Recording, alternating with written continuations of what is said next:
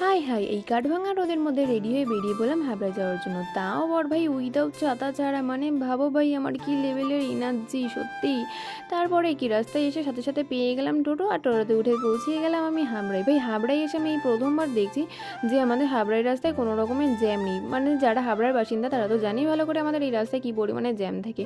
তারপরে আর কি টোটো থেকে নেমে প্রথমে চলে গেছিলাম একটা ভুলভাল গলিতে। মানে এত বড় হয়ে গেছি এখনও ঠিকঠাকভাবে চলাফেরা করতে পারি না, ভেবেও কেমন হাসি পায়।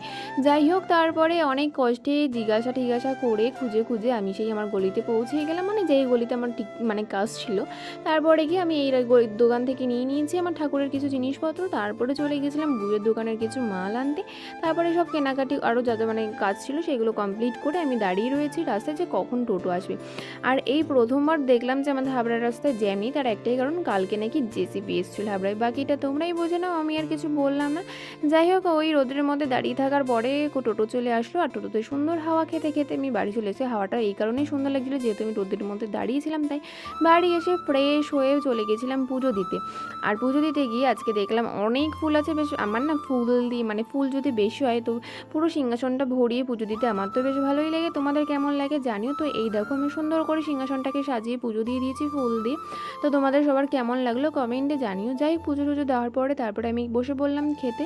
তো এই গরমের মধ্যে একদম সিম্পল খাবার, ভাই এই গরমে একদম রিচ খাবার খেতে ভালো লাগছে না। যাই হোক, খাওয়া দাওয়া করার পরে তো বিকেলবেলায় একটু বেরিয়েছিলাম রাস্তায়। যাই হোক, আজকের ভিডিওটি এখানে শেষ করছি, দেখা হচ্ছে তোমাদের সাথে আবার নেক্সট কোনো ভিডিওতে। চলো টাটা, বাই বাই।